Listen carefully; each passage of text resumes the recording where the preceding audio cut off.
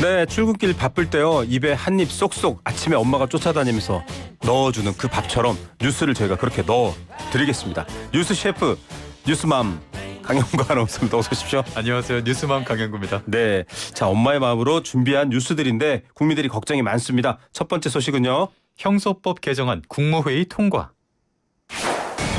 일각에서는 대통령 거부권, 즉 제2요구권 행사해라 말도 많았는데 일단 다 통과가 됐네요. 검사는 이제 수사는 할 수 없는 거죠? 맞습니다. 검사는 보안 수사를 포함해서 어떠한 직접 수사도 할 수가 없게 됐습니다. 이재명 대통령 뭐라고 발언했을까요? 사필 규정이라는 표현을 사용했는데요. 이재명 대통령은 검찰 내 일부 집단이 수사권을 무소불위로 악용해 있는 사건을 덮거나 별건 수사, 표적 수사를 해왔다면서 수사 기소 분리는 이러한 비정상적 형사사법 시스템을 정상화하는 첫 출발점이다. 사필 규정의 필연적 조치다. 이렇게 말했습니다. 이른바 99만 원 세트를 비롯해서 검찰이 제 식구는 마치 법기술을 써서 감싸고 또 여러 가지 표적 수사를 통해서 정치적 개입을 했고 이런 부분들은 사필 규정의 이야기가 될 수 있지만 그렇다고 해서 경찰이 그럼 힘과 권한이 다 세졌잖아요. 그렇죠. 거기에 대한 걱정도 얘기했을 텐데요. 네, 경찰의 권한이 커졌습니다. 이 대통령은 국무회의에 참석한 윤호중 행정안전부 장관에게 억울한 피해자가 생기지 않도록 제도 보완을 주문했고요.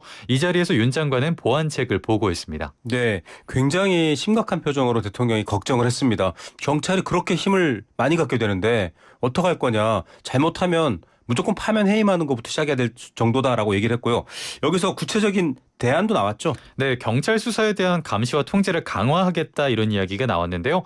행안부 소속 국가경찰위원회에 민간 조사관 100명 이상의 규모의 경찰 수사 인권 감찰 조사 기구를 설치한다 밝혔고요. 또 경찰 순환 인사 제도를 개선하고 경찰청사나 내부 비리 수사대 신설 등의 조치도 제시했습니다. 무엇보다도요. 이 범죄 피해를 경찰 수사가 미흡한데도 검찰의 보안 수사로 구제가 됐던 분들이 있어요. 가칭 돌려차기 피해자 김진주 씨 같은 분들. 그분들의 목소리 지금 정부 당국자 청와대에서 좀 듣고 의견을 주시면 어떨까 싶은 생각이 있어요. 이런 걱정을 해소해 주시길 바라겠고요. 두 번째 소식은요. 부동산 세제 개편안 관련 말말말. 자, 그제 발표된 세제 개편안 관련해서 여야가 굉장히 격하게 충돌하고 있고 시장도 지금 출렁출렁하고 있습니다. 네, 먼저 여당은요. 이번 세제 개편안을 조세 정상화 이렇게 평가했습니다. 한명도 민주당 원내대표는 실거주 목적의 1주택자는 보호하고 초고가 주택과 비거주 주택에는 혜택을 덜어내는 것이 조세 합리화다 이렇게 평가했죠. 예, 야당은 반발했는데 어떤 말을 주로 했습니까? 정점식 국민의힘 원내대표는요. 다 한마디로 세금 폭탄 투하 선언이다 이렇게 강하게 비판했습니다. 세금 폭탄. 예. 네, 보유세와 거래세를 동시에 강화한 최악의 증세다. 고가주택 비거주 1주택자에 대한 세금 부담은 고스란히 전월세 가격으로 전가될 거다 이렇게 경고했죠. 네, 비거주 1주택자 같은 경우는 이전의 자유 이런 얘기까지 그냥 헌법적 가치잖아요.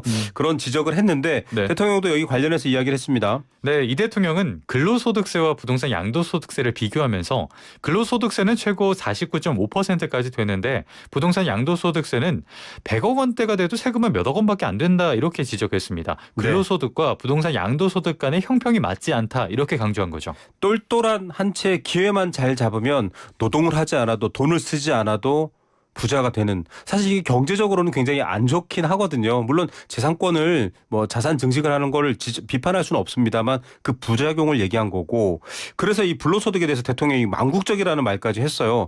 시장 반응이 지금 많이 출렁이고 있거든요. 맞습니다. 부동산 시장이 술렁이고 있는데요. 네. 세제 개편안 발표 전에는 거래를 멈추면서 상황을 좀 지켜보는 분위기였는데 예. 세제 개편안이 발표되니까 특히 서울 강남권을 중심으로 비거주 1주택자들이 집을 팔지 아니면 집에 들어가서 살지를 고민하고 있습니다. 예, 이게 또 그러면 부동산 매물이 시장에 풀려 나오면서 시장 안정화 그리고 집을 갖지 못한 사람들한테 기회를 주는 그게 되면 좋을 텐데 오히려 또 잠길 거다라는 전망들도 나오고 복잡합니다. 어쨌든 1주택자조차도 움직여야 되는 상황인 거잖아요. 그렇죠. 거주 여부에 따라 종부세가 달라지니까 그 집을 팔고 시세 차익을 얻을지 아니면 실거주로 전환할지를 저울질하고 있는 모습인데요. 부동산 시장 분위기가 관망에서 이제는 좀 보다 적극적인 고민으로 바뀌는 그런 분위기가 감지되고 있습니다. 지금 이 방송 듣는 많은 분들은 이제 일터에 가실 텐데 일하면 월급 받을 때 왜 얘기한 월급과 다르지? 세금을 떼거든요. 그렇죠. 근데 부동산으로 이익이 생기면 비슷하게 세금을 떼느냐? 훨씬 더 적게 뗍니다. 이 부분은 조금 손봐야 된다라는 말이 있는데 정치적 공방보다는 시장 안정화되고 또 차익을 거두시는 분들도 합리적으로 거둘 수 있도록 좀 방법을 찾아 주십시오. 배고프네요. 이렇게 말을 열심히 했더니 다음 소식은요. 돼지고기 가격 담합 업체 기소. 이게 진짜 이런 말 있잖아요. 먹는 걸로 장난치면 안 됩니다. 안 되죠. 돼지고기 가격 담합이라뇨. 무려 6년간 수백 회 이상 돼지고기 납품 가격을 담합한 혐의로 대형 돼지고기 유통업체 6곳이 재판에 넘겨졌습니다. 아니 무슨 삼겹살이 서민 음식이란 말은 옛말이에요. 옛말이죠. 너무 비쌌거든요. 실제 물가 상승으로 이어졌나요? 네, 가격을 무려 20% 넘게 끌어올린 것으로 알려졌는데요. 이들 업체는 이마트에 납품을 했는데 2017년 8월 이마트는 가격 경쟁을 유도하기 위해서 납품 업체들의 견적 가격을 공개하지 않기로 했습니다. 네. 그러자 이들 업체는 텔레그램 단체의 비밀 대화방을 개설해서 함께 납품 가격을 맞췄죠. 자, 가격 안 알려줄 겁니다. 입찰해 보세요라고 했더니 전부 다 똑같이 만 원. 다음에는 12,000원, 만 원치 이런 식인 겁니다. 맞습니다. 경쟁이 아닌 담합을 선택한 건데요. 명백한 공정거래법 위반입니다. 예. 서울동부지법은 도드람푸드 등 유통업체 6곳과 그 임직원 12명을 공정거래법 위반 혐의로 기소했는데 이마트가 이들 담합업체로부터 매입한 돼지고기 구매액의 합계는 1조 2천억 원에 달합니다. 그리고 소비자 피해액은 얼마일까요, 여러분? 이거 담합, 독점 이런 거는요. 시장 경제를 부인하는 행위입니다. 이거 굉장히 큰 죄입니다. 그리고 비난받을 여지가 충분하고요. 괜히 삼겹살 사려다가 제가 많이 망설여서 좀 화가 났나 봐요. 다음 소식이요. 태풍 돌핀이 키운 폭염. 얼마 전 대구를 방문했는데요. 태풍이라도 와라 이런 말이 있었는데 이것 때문에 더 덥다고요? 네, 제13호 태풍 돌핀이 현재 일본 오키나와 동쪽 해상에서 북서진하고 있는데요. 다만 경로를 보니까 한반도에 직접적인 영향을 줄 가능성은 낮아 보입니다. 지금 한반도에 위치한 이중 열돔을 뚫어내기 어렵기 때문이죠. 더울 때 오히려 너무 더울 때는 선풍기 틀면 오히려 더 더워집니다라고 얘기를 해주셨잖아요. 그렇죠. 그런 효과네요. 맞습니다. 바람만 막 불어온 거예요.